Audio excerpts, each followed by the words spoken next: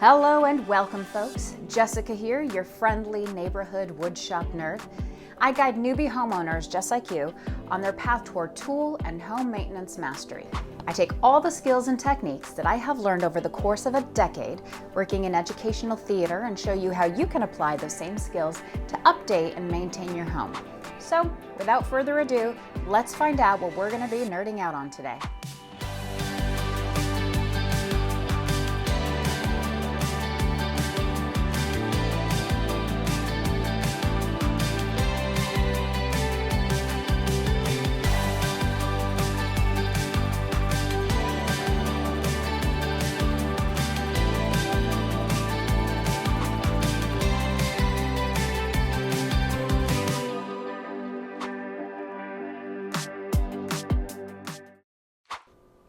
Turns out, there's a lot that newbie homeowners just don't know about the most powerful tool in their arsenal, which does prevent them from becoming a true tool master.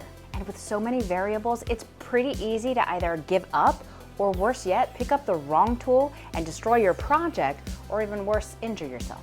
Over the course of the next few episodes, you will learn the difference between an impact driver and a power drill, learn what a keyless chuck is, identify common bits, practice safety on the job, and learn best practices when operating a drill. I'm even going to include some unconventional uses for this tool that might just save you time and your sanity when you're doing everyday tasks around the house. And I'll give you a quick little hint. If you hate dirty grout, you're going to want to stick around till the end of this video. And if you haven't yet, please hit that subscribe button and the notification bell so that you can keep up to date with all of the informative home improvement content that I'm about to bring your way. Of all the tools that I own, hands down, the drill has got the most hours of use. As a matter of fact, you're pretty hard-pressed to find any carpentry project that doesn't make use of the drill. It's so important that when I work on stage with my theater students and we're working on set construction, the drill driver is the tool that they learn to operate first.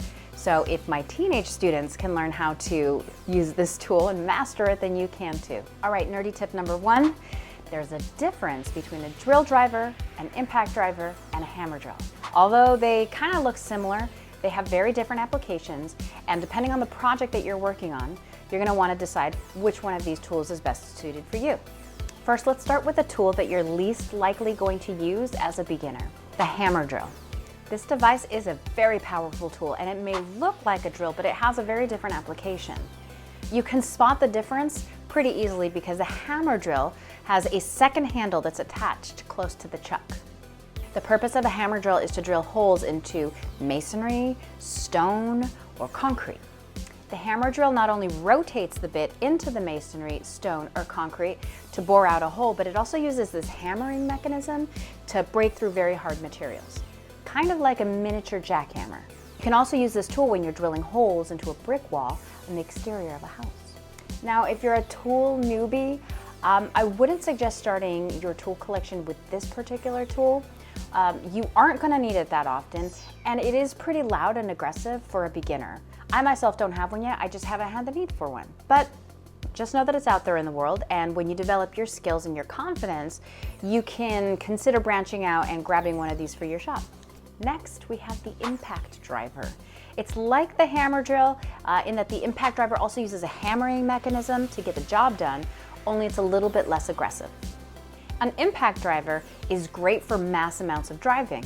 Now, believe it or not, driving screws can actually cause hand fatigue over an extended period of time.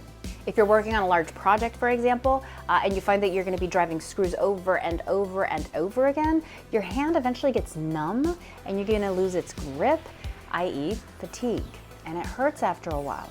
So being able to use a tool that actually gets the job done faster can save your hand. So to prevent that, tool masters actually opt for an impact driver. It does the work faster and it does provide more power. However, the drawback to this tool is that it's not designed to drill any holes, and you do have to have specially rated impact bits to drive the screws in. It's not a problem, it's just something to be aware of. Should newbies own this tool? I would say gather your essentials first and then upgrade to the impact driver later. But if you're buying a bundled kit of tools and it is included, well then yeah, it's a great tool to reach for when the time comes. Finally, let's talk about why we're here. The drill driver. Now, you probably best know it by its street name, the power drill. The drill driver, or the power drill, is probably going to be the power tool that you use the most. It has multiple applications, it's relatively easy to use, and it's pretty cost effective, coming in as low as $20 for some pretty low-end models, as high as $200 for some higher-end models. It's called a drill driver because it has two main functions. It drills holes and it drives screws. That's it. Well, I mean, essentially that's it, because of course there's more. There's always more. Now, before we continue talking about drills, I do want to check in with you, because that's what I like to do. Learning how to use tools and working on projects can be an intimidating process, but it is just that. It's a process. What I talk about and demonstrate here might look pretty simple and straightforward, and to a certain extent, it kind of sort of is. However, there is a learning curve. And I want to remind you that if you're struggling with your technique or you feel intimidated by tools, don't lose faith. It will come. Just like any other skill out there in the world, technique and confidence are built over time. So keep working on it, and you'll find that you'll see your results improve time and time again. I'm always working on my techniques. I'm always looking to improve on my tool knowledge. So know that I'm there with you. And if you have learned one new thing in this video so far, please consider giving me a thumbs up. I appreciate the positive feedback, as I'm sure that you do as well.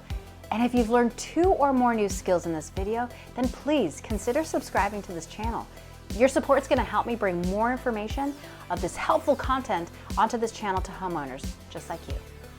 And since you've made it this far, congratulations, you too are a woodshop nerd.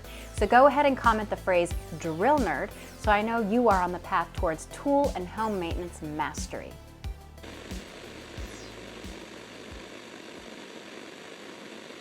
Thanks again for watching, and stay nerdy, my friends.